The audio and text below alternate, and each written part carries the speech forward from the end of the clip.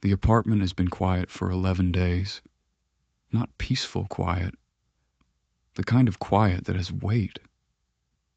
I notice it first thing in the morning, when I reach across the bed and find the same cold expanse I've been finding every morning since she left. I notice it in the kitchen, where her coffee mug, the wide ceramic one with the chipped handle she refused to throw away because she said imperfections were the whole point, is no longer on the drying rack. I notice it in the corner of the living room where she kept her drafting table, its absence leaving a pale square on the hardwood floor. A ghost of furniture. A room remembering a shape it used to hold.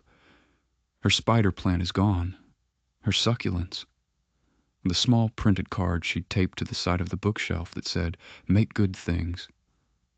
Gone. What's left? Her gray cashmere scarf. Forgotten on the hook by the door.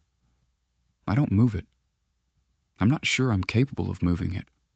I'm a man who has spent his entire adult life working with sound. I know frequencies. I know that the human ear can detect vibrations from 20 hertz all the way up to 20,000. The low roll of a bass drum through your sternum, the crystal edge whine of a sine wave at the upper threshold. I know that silence is never truly silent. There is always thermal noise, the quantum rustle of molecules in motion. Something. But this apartment has found a register I didn't know existed, a frequency below absence. I sit in it, and I feel it pressing against the inside of my chest like a hand. Her name was Kira. Is Kira. She didn't die. I need to remember that.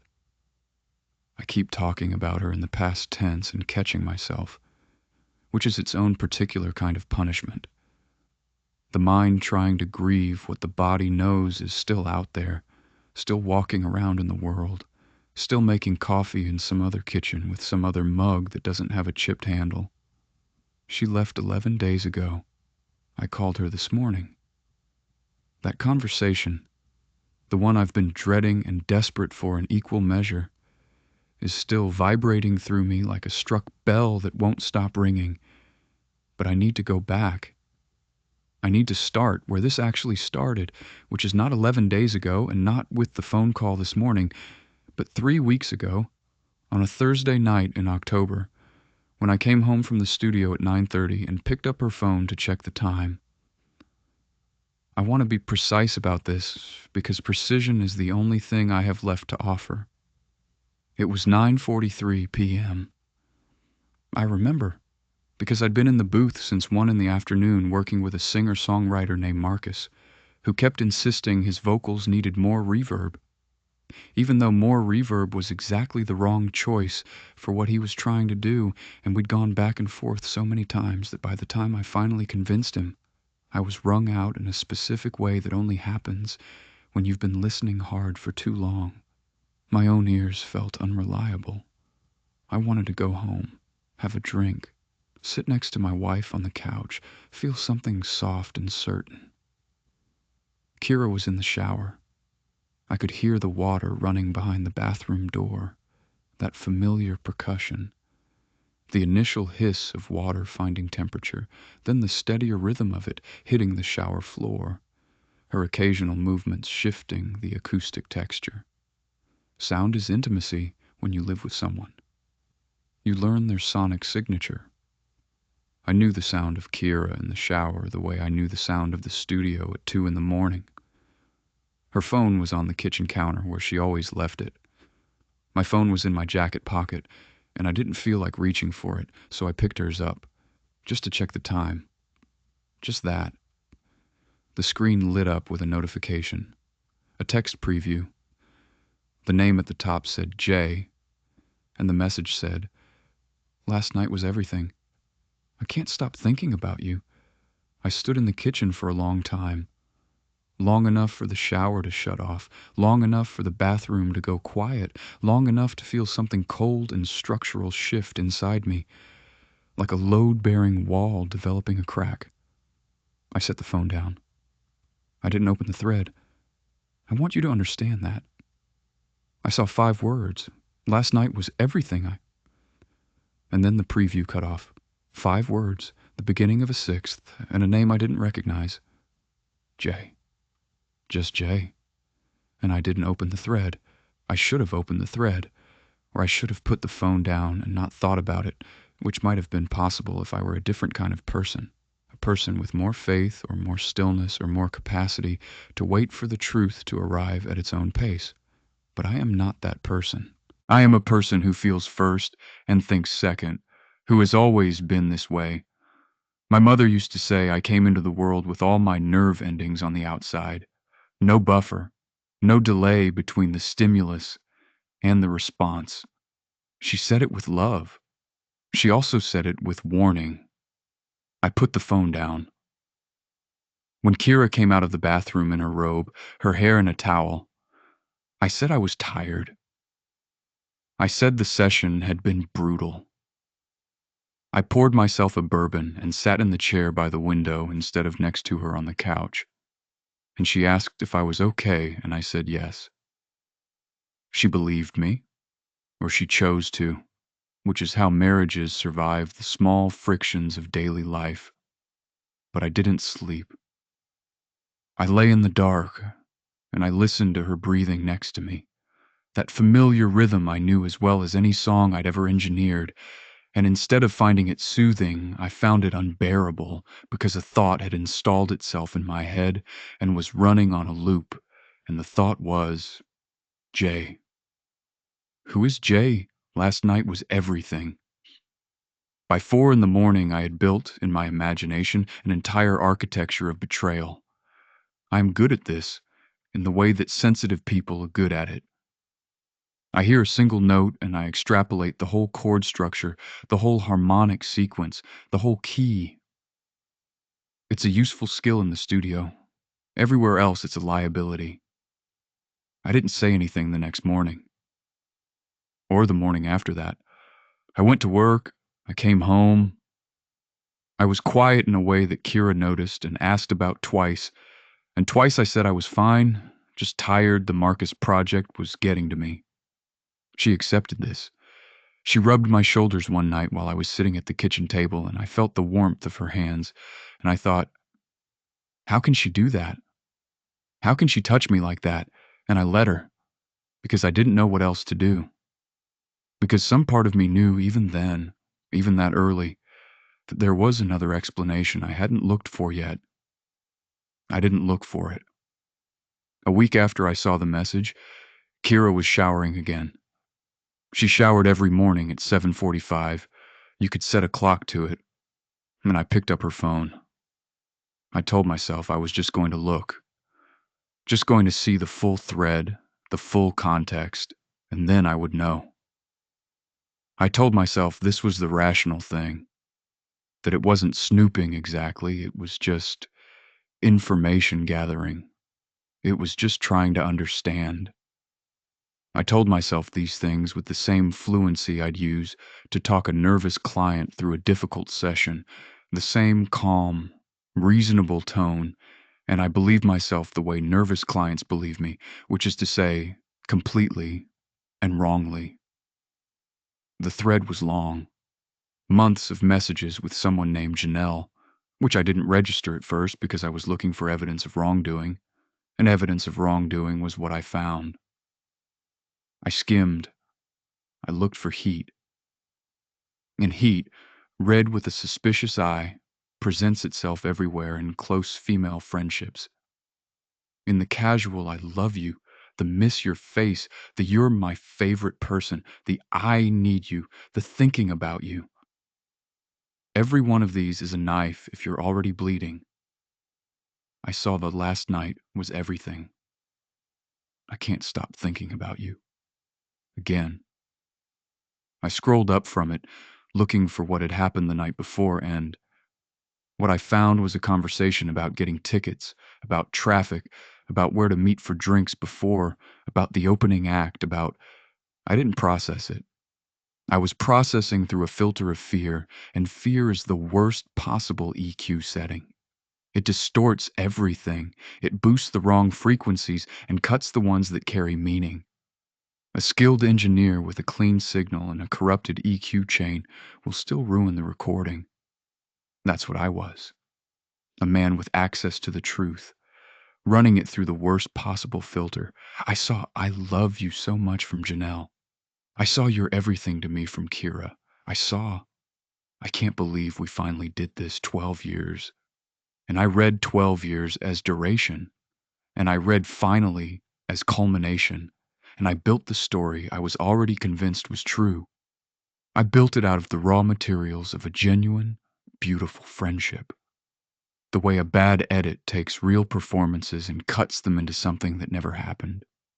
I made something false out of something real, and then I believed in the thing I'd made. In the studio, there's a concept called confirmation bias in listening. The phenomenon where once you've decided a recording has a problem, you will find that problem everywhere. Every breath, every room tone, every transient becomes evidence of the deficiency you've already identified. The only cure is to clear your head completely, to listen again as if for the first time, to pretend you don't know what you're listening for. The only cure, in other words, is to let go of what you've decided. I have prescribed this to artists and engineers dozens of times. I had never tried it on myself. I put the phone back. I went to the studio. I worked until 2 in the morning on a Tuesday. Not because the sessions required it, but because I didn't want to go home. Didn't want to lie in the dark next to my wife and feel that terrible dissonance between the warmth of her body and the cold story in my head. Music was easier. Music had rules. A chord is either in tune or it isn't. A take is either clean or it needs to be done again. There's no ambiguity in sound that a good ear can't resolve. People are not like that. I kept forgetting this.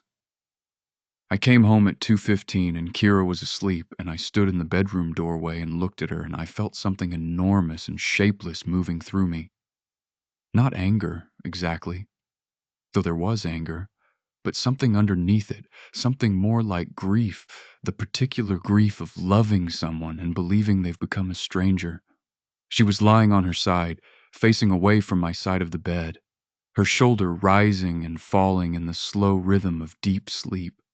She was wearing the soft gray t-shirt she always wore to bed in October, the one that was technically mine first, but that she'd claimed years ago. I could have sat down next to her. I could have touched her shoulder. I could have simply been present in the room with my wife and let the warmth of her be an answer to the cold story I was carrying. Instead, I closed the door and went to the living room and sat in the dark with a glass of bourbon I didn't finish and the sound of the city below us.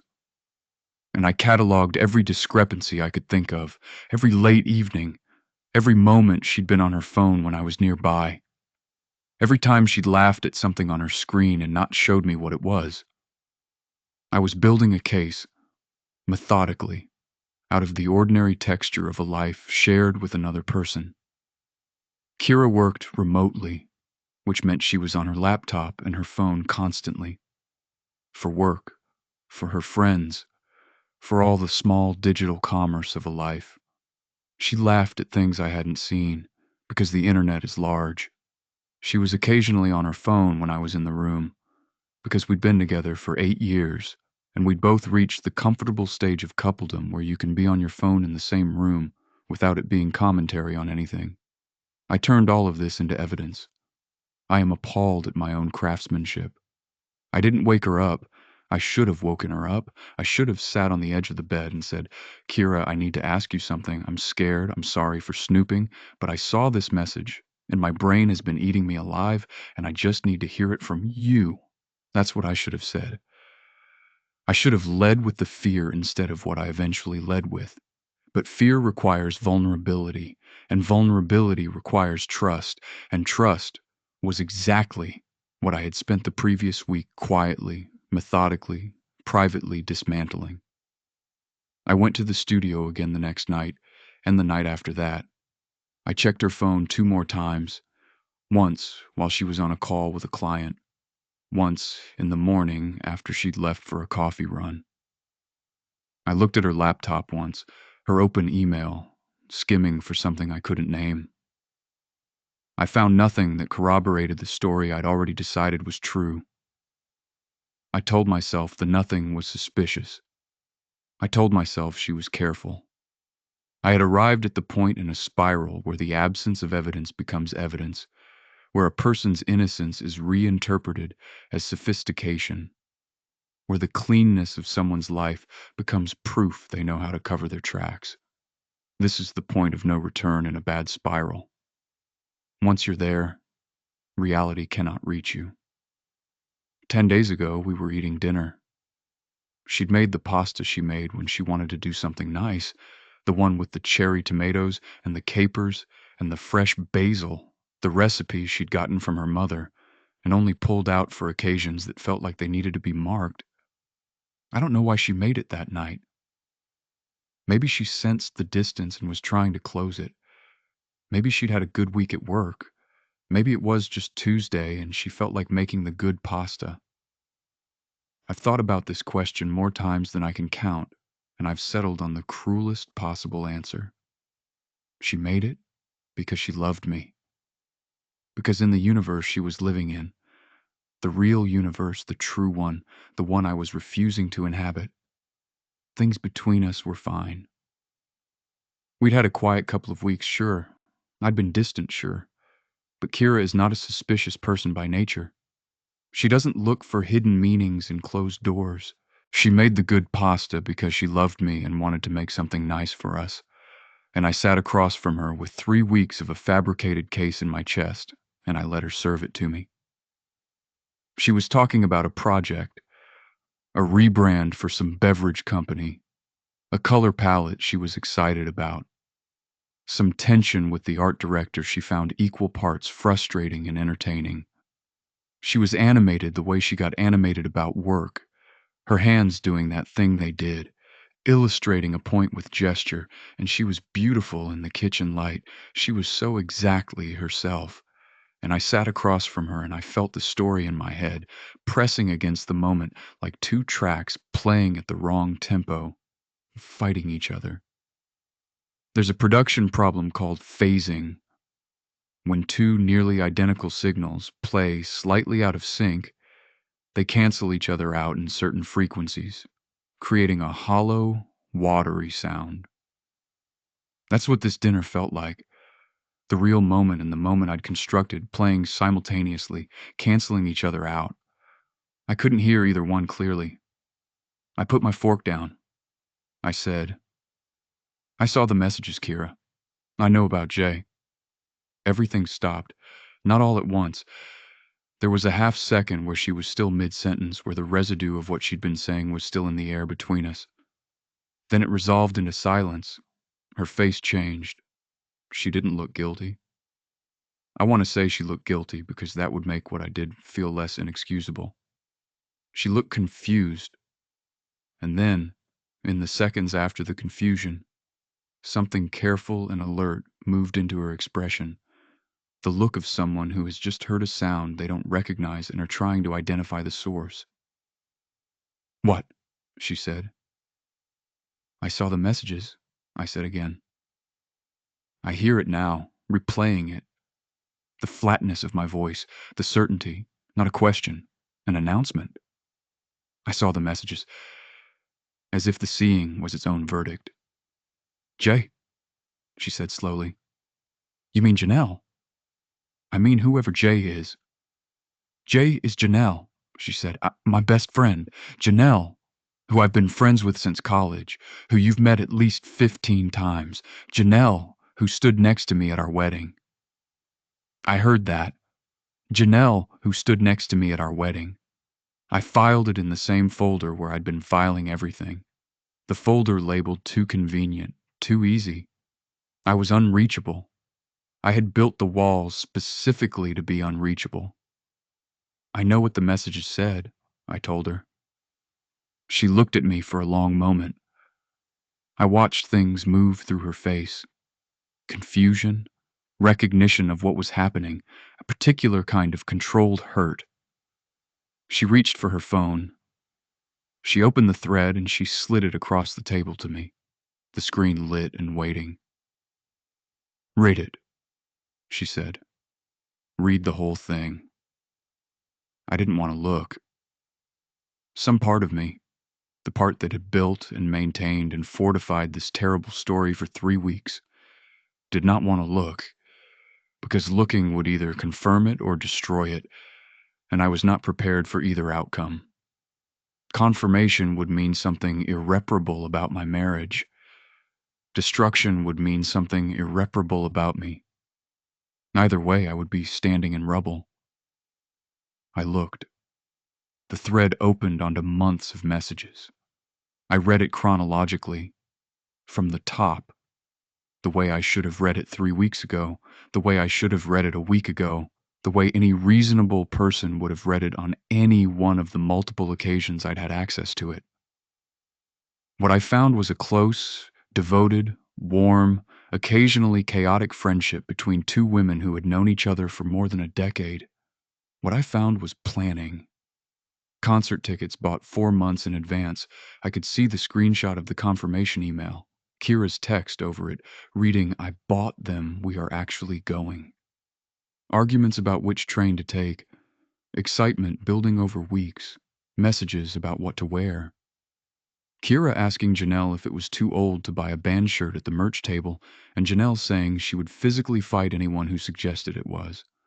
The night itself, photographs taken in the crowd, Kira's face luminous and full of joy, pressed cheek to cheek with Janelle under colored lights. A voice note from Kira at 11:50 p.m. Just noise, really. Crowd noise, music, her laugh sharp in the foreground. And then the next morning. "Last night was everything. I can't stop thinking about you." From Janelle, about the concert, about the first time they'd seen their favorite band live in 12 years. The thread continued. Kira sending back a series of photos she'd taken. Janelle saying I didn't even know I was crying until the second song. Kira saying, "I know." I know. Same. I read it all. It took about 4 minutes, and in those 4 minutes, I felt the story I'd been living in for 3 weeks collapse inward, quietly, like a building going down in controlled demolition. No drama, just structure becoming rubble. The walls I'd built fell. The verdict I'd constructed fell. What remained was the kitchen table, the good pasta cooling in the serving dish, my wife sitting across from me with her hands folded and her face very still, waiting. I set the phone down. I looked at my wife. Kira's face was very still. "You went through my phone?" she said. Her voice was even, not loud. I started. "Multiple times," she said. "You said multiple times. I was..." "You looked at my laptop." I didn't say anything. "Andre." She said my name the way you say a word when you need it to carry the weight of something larger than itself, like the word is a vessel. Like my name was meant to hold everything she couldn't say simply. "I need to know. Were you going to ask me? Were you ever going to ask me, or were you just going to..." She gestured at the space between us, the dinner table, the good pasta going cold, the kitchen light, all of it. "Keep doing this? For how long?" I was trying to figure out. "I am your wife," she said, still even, still careful. "If you had a question, you could have asked me. We've been together for 8 years. I have never given you a reason." She stopped, pressed her lips together. Something moved through her face that I recognized, even through my own wreckage, as the effort to stay composed when composure is costing you something. "I have never given you a reason to treat me like this." I said I was sorry. But here is the thing I am most ashamed of, the thing I have turned over in my hands every day since. I said it wrong. I said I'm sorry in the tone of a man who is sorry for being caught, not sorry for being wrong. I said it with something still defensive in my posture. Some residual resistance, some last holdout of the narrative I'd been inhabiting refusing to surrender. A note that doesn't want to resolve. Because to fully surrender was to look at what I had done. which was, I had decided my wife was guilty. I had decided without evidence, without conversation, without giving her a single opportunity to explain herself. I had sat across from her every night for 3 weeks and eaten dinner and watched television and slept beside her and conducted a private trial in which she was convicted on the basis of a text message preview and my own catastrophizing imagination. Looking at that fully meant there was no narrative in which I came out okay, and I could not bring myself to stand in that. I was wrong, I said finally. Kira, I was wrong. I know you were wrong, she said. Not with anger. That would have been easier. She said it with something measured and exhausted, the tone of someone who has thought through a situation completely and arrived at the far side of their initial emotional response. That's not actually the issue. What's the issue? She was quiet for a moment. She pressed her fingertips flat on the table. A gesture I knew. Her thinking gesture. Her arriving at something gesture. You treated me like a suspect, she said. You looked through my phone, my laptop, my email. You did all of that for weeks, and when I showed you the truth, when I put it right in front of you, you couldn't say sorry. Not really. You went defensive. I am sorry, I said. I'm saying it right now. I know, but the apology isn't the part I'm stuck on. She looked up at me, and her eyes were clear and direct, and so much steadier than I deserved. In your head, Andre. I was guilty before I had a chance to be innocent.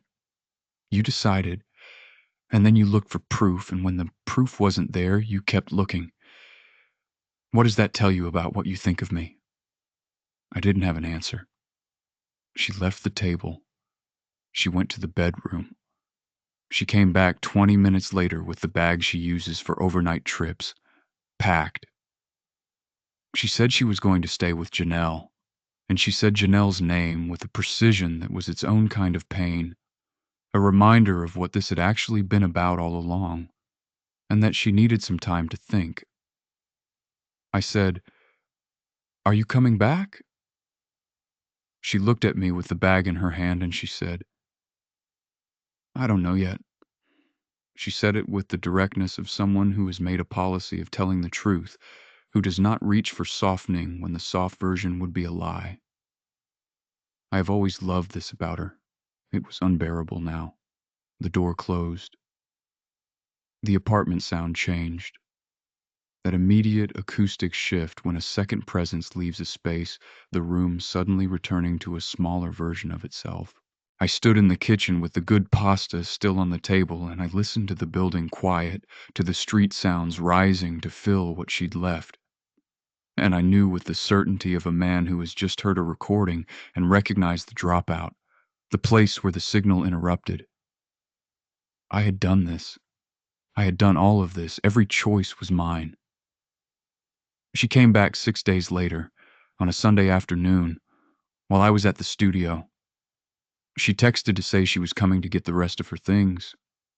I came home and found the desk cleared, the plants gone, the printed card from the bookshelf gone, the kitchen shelf where she kept her coffee things cleared, the bathroom cleared of everything except the products she'd bought for me. Her section of the closet still had hangers, wire and wood, but her clothes were gone, and the hangers were just architecture now, the skeleton of a presence. She'd left the scarf. I don't know if that was an accident or a message or neither. I've spent 11 days looking at it, and I can't decide. I've picked it up twice and put it back down. I've thought about texting her to ask if she wants it back, and stopped myself because asking about the scarf feels like using the scarf, which feels like the kind of manipulation I've been working hard to understand I'm capable of, now that I'm finally being honest about what I'm capable of. The apartment had a new quality after she finished taking her things. Before, in those first 6 days after she'd left for Janelle's, it still contained the residue of her. The desk was still there. The plants, the card, the surface of her absence, but not its full depth. After Sunday, it was complete. The apartment had become what it actually was, a space for one. I moved through it the first few nights with the awkward, careful gait of a person learning a room in the dark. My own home, 8 years of living in it, and I kept reaching for things that weren't there. I want to tell you about the quality of the silence, because I've been thinking about it since the moment she left, and I haven't found the right words for it, and I'm not sure I will. In sound engineering, there's a difference between noise floor and silence. Noise floor is the ambient, underlying sound that every recording contains. The hiss of the room, the thermal noise in the circuit, the faint mechanical breath of the equipment. It's not nothing. It's the baseline. Silence is what you're doing when you're working against the noise floor, trying to isolate a signal from its environment. Pure silence, as I mentioned, doesn't actually exist outside of theory. The closest approximation is an anechoic chamber, a room engineered to absorb nearly all sound, where you hear your own heartbeat as something almost unbearably loud. This apartment, in those 11 days, became something close to an anechoic chamber, the noise floor of our shared life. Kira's movements, her voice, the particular sounds she made while working, the tap of her stylus on the drawing tablet, her laugh at something on her phone, the way she hummed sometimes without knowing it, was gone. And in its absence, I heard myself, not just my heartbeat, all of me. Every anxious thought arriving without the cushion of another person's presence to soften it. Every regret occurring in full acoustic clarity. I played music constantly. The studio monitors at home, loud enough to feel, loud enough to occupy the room. I went to work early and stayed late. I called my friend David twice. We talked about nothing, basketball, and an album he'd been listening to, and I couldn't bring myself to tell him what had happened, which meant I was using the conversation as furniture, a way to fill space, which is not what friendship is for. I was doing to my friendship what I'd done to my marriage, using it instrumentally, on my terms, extracting only what I needed. I wanted to call Kira every day. Every morning I picked up my phone and looked at her name in my contacts and thought about what I would say. I wrote drafts in the Notes app. 3 of them, different tones, different angles, all of them inadequate. I deleted each one. I was not ready. I needed to be past the stage where what I said was about getting her back, and into the stage where what I said was about acknowledging what I'd done. And those 2 stages look the same from the outside, but feel completely different from the inside, and I wasn't there yet. On the 11th day, this morning, I was there, or I thought I was. Close enough. She picked up after 3 rings. Her voice was calm, the way her voice gets when she's decided something. Not cold, just settled, resolved. Kira's voice and resolution is one of the clearest sounds I know. It has a particular quality of presence, a fullness of attention. "Hi," I said.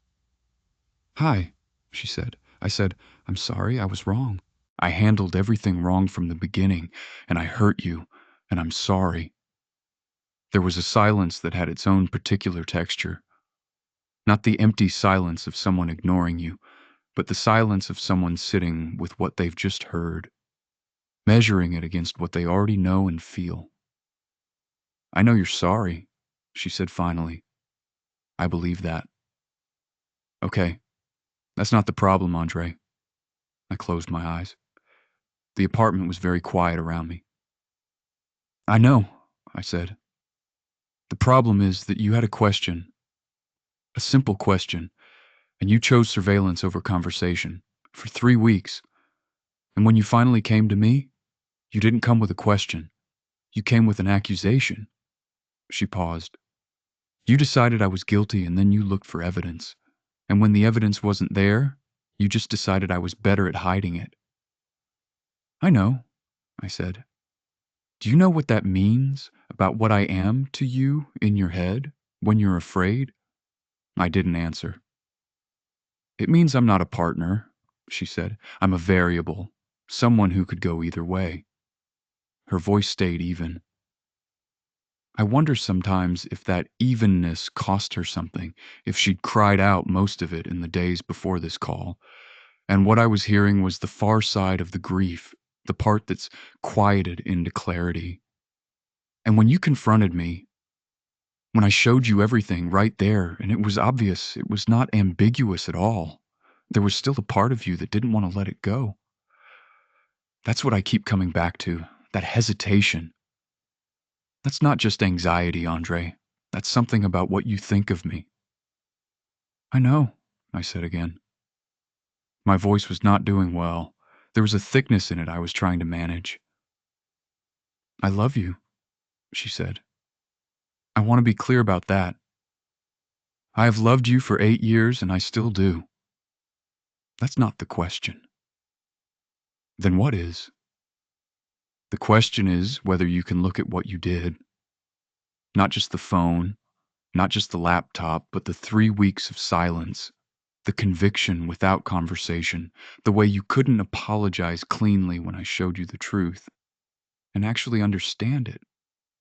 Not explain it, understand it. Because explanation is just story. Understanding is something different. I've been thinking about almost nothing else, I told her. I've been sitting in this apartment and I know, she said gently. I know you have. I'm not doubting that. A pause. But that work is yours to do. That's not something I can do with you right now. Do you understand what I mean? Yes, I said. Okay. And then, goodbye, Andre. I'll talk to you soon. Not I love you at the end. Not I'll call you. Goodbye, and then the sound of the call ending, and then the tone. I sat on the floor. I don't know how long. The apartment pressed around me with its specific absence, its Kira-shaped silence, and I sat in it, and I let it happen because I didn't have any other choice. The floor was cold through my jeans. The gray scarf on the hook by the door was in my sight line. I looked at it and I thought, she stood next to me at our wedding.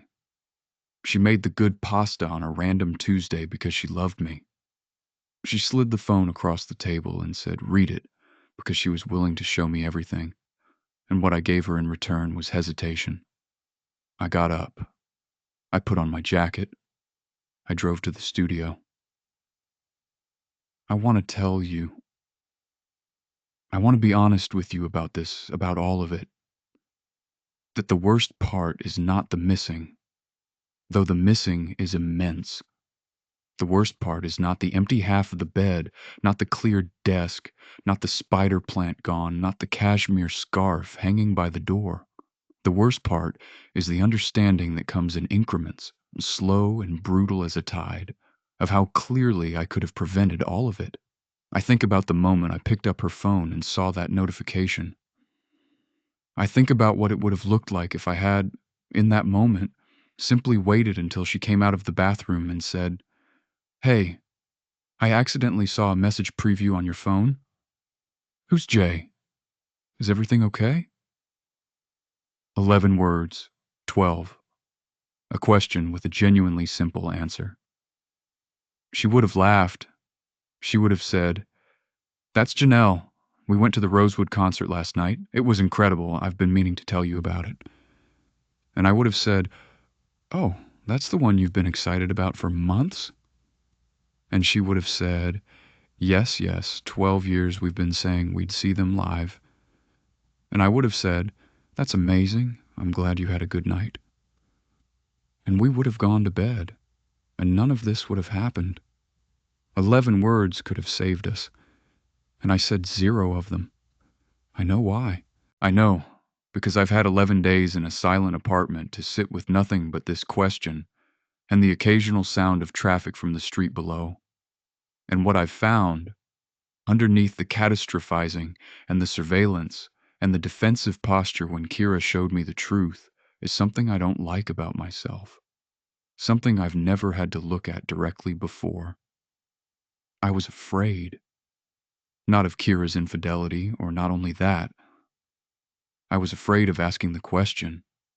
I'm afraid of the vulnerability of saying I'm scared. I need reassurance. I saw this thing and it broke something open in me, and I need you to help me close it.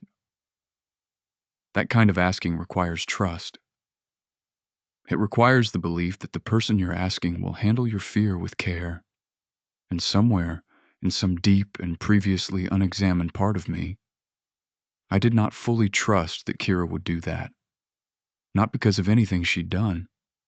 Not because she'd ever given me reason for that fear. But because I carried it in anyway, from wherever fears like that originate. Old lessons, old losses, the specific way I'd learned to protect myself. And instead of examining it, instead of bringing it to her, I used it to construct a prosecution.